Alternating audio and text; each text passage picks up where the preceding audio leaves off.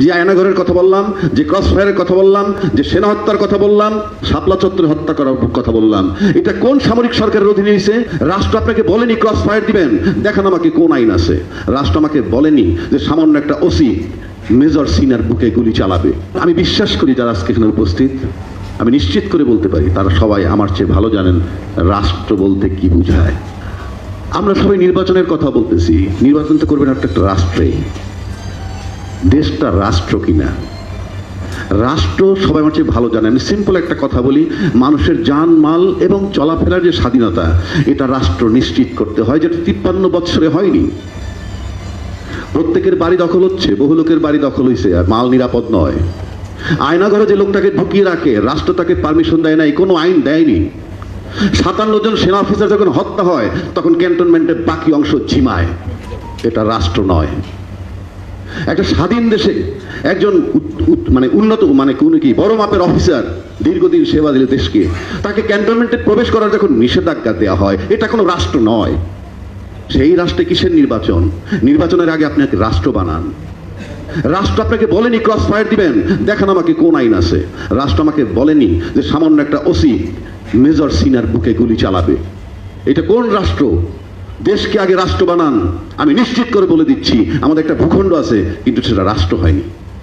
যদি রাষ্ট্র না হয়, কোথায় নির্বাচন করবেন? কথায় কথায় বলে রাজনীতিবিদদের কাছে দেশ নিরাপদ। আমি নিশ্চিত করে বলছি, বাংলাদেশের সবচেয়ে বেশি অনিরাপদ, দেশটা অনিরাপদ হলো রাজনীতিবিদদের কাছে। আপনি চক্ষু বন্ধ করে ভাবেন, যে আয়নাঘরের কথা বললাম, যে ক্রস ফায়ারের কথা বললাম, যে সেনা হত্যার কথা বললাম, শাপলা চত্বরে হত্যা করার কথা বললাম, এটা কোন সামরিক সরকারের অধীনে হয়েছে?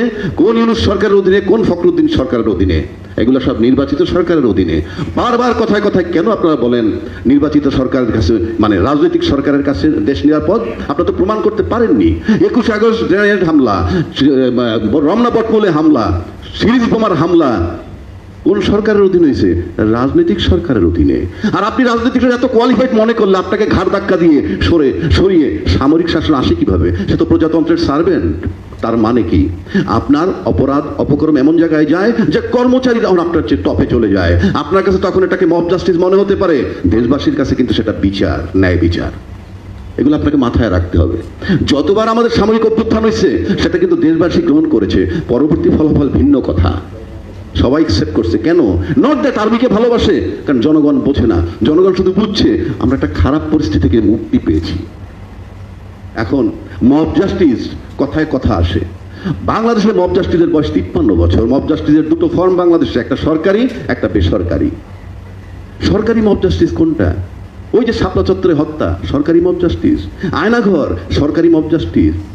এখানে বহু আর্মি অফিসার আছেন, তাদের কলিগকে, ব্রিগেডিয়ার লেভেলের লোকেরে আয়নাঘরে যেখানে রেখে আসছে, তারা সব তার জুনিয়র কলিগ বা বন্ধু।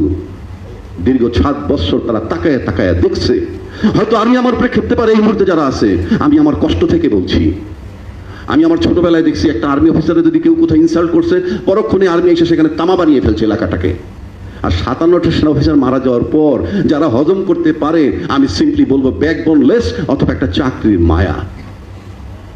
সুতরাং আমি আমার দুঃখ থেকে কথাগুলো বলছি। এই যে নির্বাচন আমরা চাচ্ছি, কিসের নির্বাচন? আমি একটা করলে মব জাস্টিস, এটা রাষ্ট্রীয় মব জাস্টিস। আপনি বিচার বিভাগীয় মব জাস্টিস দেখবেন। জনগণের আকাঙ্ক্ষা যেটা হয়েছে, জনগণ যেটাকে ন্যায় বিচারের জন্য, সুন্দর নির্বাচনের জন্য তত্ত্বাবধায়ক সরকারের ফরমেশন, জনগণ সেটাকে আদালতে কলমের খোঁচায় কিভাবে বাতিল করে দেয়। জনগণের যেটা সিদ্ধান্ত, সেটা আবার জনগণের চাপের উপরে চেঞ্জ হবে, আদালত দিয়ে নয়।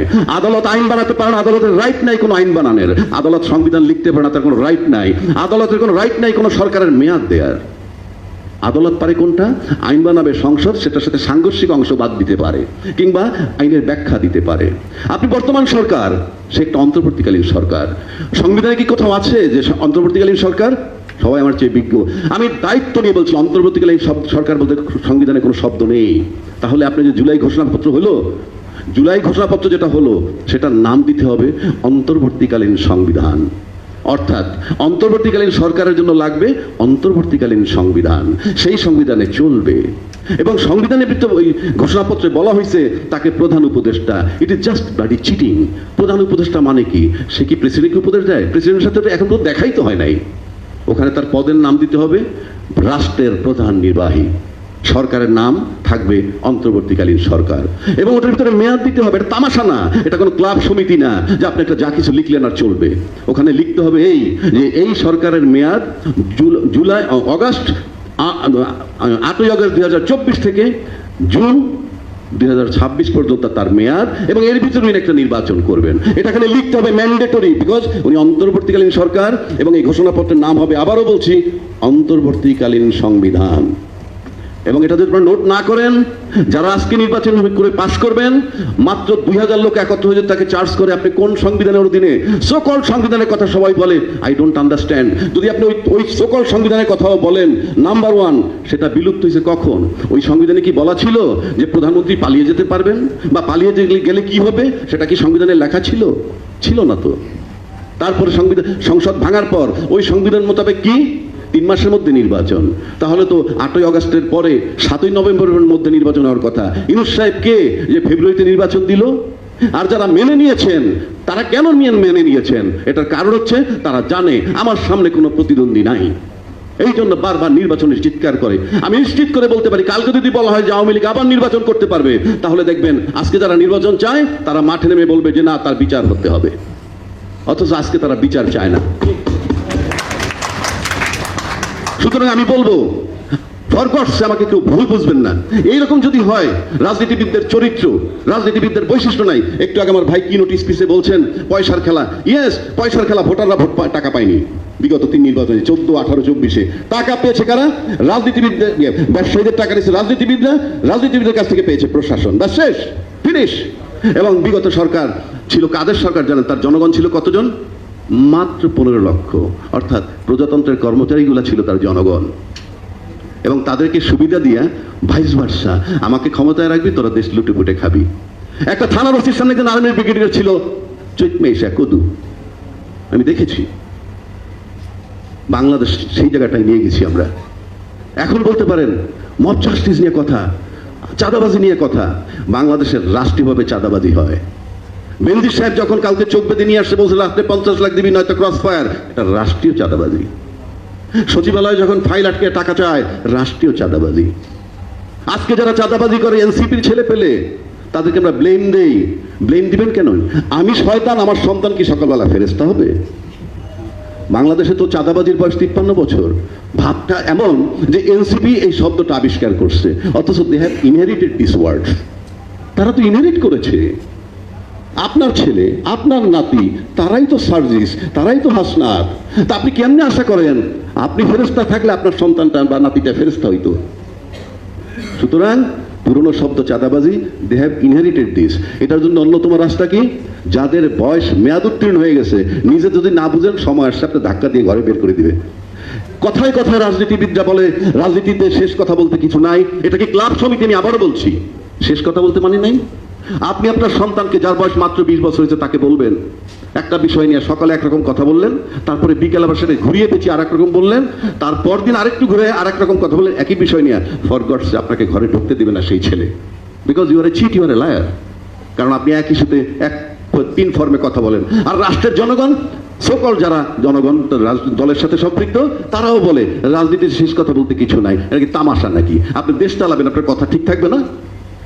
আপনি যা মন চাই তাই করবেন। আপনাকে এই অধিকার কে দিছে? সুতরাং আমি মনে করি জুলাই বিপ্লব সেদিন চিট হয়ে গেছে। যিনি এই দেশের রাজনীতিবিদ যারা দেশ চালাবেন, দেশ চালাইলে যেখানে আর্মি চিফ তার আন্ডার কমান্ড হবে, তাদেরকে যখন ডাকে, তারা কোস্টারে বসে মুরগির বাচ্চার মতো যখন সেনাপ্রধান ডাকছে, যখন গেলেন ফেরত, তার ডাকে সাড়া দিয়ে, তখন আমার কাছে হাস্যকর মনে হয়েছে। আচ্ছা, এর ভিতর থেকে তো একটা লোক প্রধানমন্ত্রী হবে লং রানে, তো তাকে ডাকতেছে ব্রিগেডিয়ার হাসান নাসির, আর উনি চলে যাচ্ছেন কোস্টারে চড়ে। ওনার নামটা বললাম এই কারণে, তাহলে মানুষের আরেকজনের নাম বললে গুলো কি বল। আমি কি করে যাই? আমাকে ডাকতেছে আমার সেনাপ্রধান, যে ফলোইং ডেতে if I became the prime minister he will be my under command. আপনি তাকে দিয়ে দেশ চালাবেন? আমি জিনিসটা লক্ষ্য করে দেখেন, এই politician he is a leader. এখন আসেন, আমি শেষ করে দিই, অনেক বলার আছে আমার। এইবার আসেন আপনি মব জাস্টিসটা, মব ভায়োলেন্স যেটাকে বলি, এখন আমি শেষ করছি। মব ভায়োলেন্স, তার আগে একটা কথা বলিনি। সবাই বলতেছে বাংলাদেশে আমরা দেখছি যে এই সরকারে আনার জন্য যে আন্দোলন, দল মত নির্বিশেষে সবাই আন্দোলন করছে, এই সরকারের ক্ষমতায় আনছে। আপনি এটা যদি লক্ষ্য করে দেখবেন যে যে দলের লোকগুলো ক্লেম করে তারা কিন্তু বিগত 12 বছর শেখ হাসিনাকে হটানোর জন্য আন্দোলন করেছে। তো যে রাজনৈতিক দলগুলো 12 বছর শেখ হাসিনাকে হটানোর জন্য আন্দোলন করলো, সেই শেখ হাসিনা 15 বছর ক্ষমতায় ছিল। আর সবাই মিলে যারা ইউনূস সাহেবকে সহযোগিতা করতেছে, ইউনূস সাহেব 1 বছরের মাত্রায় একেবারে মনে করেন গয়রব হয়ে যাচ্ছে। মানে সহযোগিতাটা কি ধরনের? দ্বিতীয় দফায় আসেন, আপনি বলেন সিভিল গভর্নমেন্ট কিচ্ছু বোঝে না, রাজনীতিবিদরা সব বোঝে। রাজনীতিবিদ কারা? এদেরকে রাজনীতি বানাইছে কারা? যারা রাজনীতিবিদ হিসেবে কর্ণধার, সাকিব আল হাসান রাজনীতিবিদ, বানাইছে কে? শেখ হাসিনা। নায়ক ফিরদৌস রাজনীতিবিদ, বানাইলো কে? শেখ হাসিনা। মোবাইল ফোন ব্যবসায়ী মোর্শেদ খান রাজনীতিবিদ, বানাইলো কে? তখনকার সরকার। তো এরা যদি বাসাতে ডাক দিয়ে নিলেই রাজনীতিবিদ হয়, আর রাজনীতিবিদের উদ্দেশ্য যদি থাকে ক্ষমতায় যাওয়া, তাহলে ইউনূস সাহেব ক্ষমতায় গেছেই, সে তো রাজনীতিবিদ বটেই। এখন তো সেই ইউনূস সাহেবের কাছে, যে নাকি একটু আগে বলে গেল নোবেল কিনে আনছেন, সেই ইউনূসের কাছে তীর্থের কাকের মতো দৌড়াচ্ছেন একটা নির্বাচনের জন্য। কেন? এই হইল রাজনীতিবিদদের যোগ্যতা। সুতরাং এখন আমি শেষ করে দিচ্ছি রাজনীতির যোগ্যতা বললাম। আসেন মব ভায়োলেন্স কখন কখন একসেপ্ট করে। 1/11 আমরা দেখেছি, ফখরুদ্দিন সাহেব ছিলেন সিভিল গভর্নমেন্ট, কোঅপারেশন কথা বলছি, কোঅপারেশনের কথা। ফখরুদ্দিন সাহেবের চেয়ে তো ইউনূস সাহেব যোগ্য অ্যাটলিস্ট। তো ফখরুদ্দিন সাহেবের পাশে একজন সেনাপ্রধান ছিলেন মঈন আহমেদ, মাটি থরথর করে কাঁপতো। ইউনূস সাহেবের পাশেও কিন্তু একজন সেনাপ্রধান আছেন, মাটি কিন্তু কাঁপে না। এটাকে বলে সহযোগিতা, কোঅপারেশন। 57 জন অফিসার মারা যাওয়ার পর যেই দেশের দায়িত্বশীল ব্যক্তিরা বলে ফুল স্টপ, এটা নিয়ে আর কথা হবে না, তাহলে তদন্ত কমিশন হলো কেন আবার? তার মানে তদন্তটা দ্যাট ওয়াজ নট কারেক্ট। আবার আমি মব জাস্টিস এসে ফেরত শেষ করছি। মব ভায়োলেন্স কখন জাস্টিস হয়? জুলাই আন্দোলন যেটা হলো সেটা কিন্তু সংজ্ঞাগতভাবে মব। কারণ আপনি যদি মব না করেন, নিয়মে থাকেন, তাহলে তো 16 বছর যেভাবে বিএনপি আন্দোলন করছে সেইভাবেই থাকতে হইতো। সুতরাং তারা আন্দোলনটা করে এমন একটা জায়গায় গেছে, ডেড বডির পর ডেড বডি, স্বরাষ্ট্রমন্ত্রীকে ব্রিফিং দেয়, মারিয়াডা মরেয়াডা বাকিটি সরে না। এগুলো আল্লাহর তরফ থেকে হয়েছে। এই লোকগুলোকে আল্লাহ সিলেক্ট করেছে, নাই কেউ বুক পেতে গুলি খায় না। আর যাদেরকে দেশ রক্ষা করার জন্য তৈরি হয়েছে, মাসের শেষ প্রচুর বেতন দেওয়া হয়, সাবসিডি দেওয়া হয়, তারা তাকায় তাকায় দেখছে মানুষ কিভাবে মরে। স্বাধীন দেশের লোক যখন বিনাকারের বুলেটের নিচে যায়, আর যদি বলে প্রজাতন্ত্রে সরকার মারছে, সরকার তো প্রজাতন্ত্রের গোলাম, কারণ জনগণ রাষ্ট্রের মালিক। আপনার কি অধিকার আছে মালিকের গায়ে গুলি মারার? শুধু কি এই সরকার? আমরা দেখছি বিদ্যুতের দাবিতে কাউন্সাটে যখন লোক মাঠে নেমেছে, তারা কোনো সামরিক বাহিনী না, বেসামরিক বাহিনী, তার সাধারণ নাগরিক, সেখানেও 24টা লোক মারা গেছে। স্বাধীন দেশের লোক যে সরকার গুলি করে মারে, তারা রাজনৈতিক সরকার, এবং রাষ্ট্র তাদের কাছে নিরাপদ নয়। সেটার জন্য তাদের আরো শিক্ষা প্রয়োজন, এবং সেটার জন্য প্রতিবি বিপ্লব চলছে, এটাকে বিপ্লবে রূপান্তরিত করতে হবে। কেউ কেউ বলে শেখ হাসিনার পলায়ন এটা অভ্যুত্থান, নো, এটা বিপ্লব। সরকার যখন পালিয়ে যায় সেটাই বিপ্লব। সরকার যখন পালিয়ে যায় সেটা বিপ্লব। সরকার দেশে থেকে যদি ক্ষমতা অন্য কেউ কেড়ে নেয় সেটা অভ্যুত্থান। এখন জুলাইয়ের যে অভ্যুত্থান, জুলাইয়ের যে বিপ্লব, যেই দাবির মুখে শেখ হাসিনা পালিয়ে গেছে সংবিধান নিয়ে, তার 14 সুটকেসের মধ্যে একটার ভিতরে ছিল সংবিধান, কারণ পালিয়ে গেলে সংবিধান চলে যায়। সুতরাং ওই যে আন্দোলনটা হয়েছিল, ওই যে মবটা, সেটা হলো বাংলাদেশের ইতিহাসে সর্বশ্রেষ্ঠ মব জাস্টিস। কারণ আপনার আর কোনো উপায় ছিল না এই জাস্টিস নেওয়ার জন্য। সুতরাং জুলাইয়ের আন্দোলন ছিল বাংলাদেশ ইতিহাস সবচেয়ে বড় মব জাস্টিস। জাস্টিস জাস্টিস মানে ন্যায় বিচার। এভিএম খায়রুল হক সাহেব বিচার বিভাগীয় মব করেছেন। এই যে মব জাস্টিস যেটা হয়েছে, এটা ধরে রাখার দায়িত্ব বাংলাদেশের সকলের।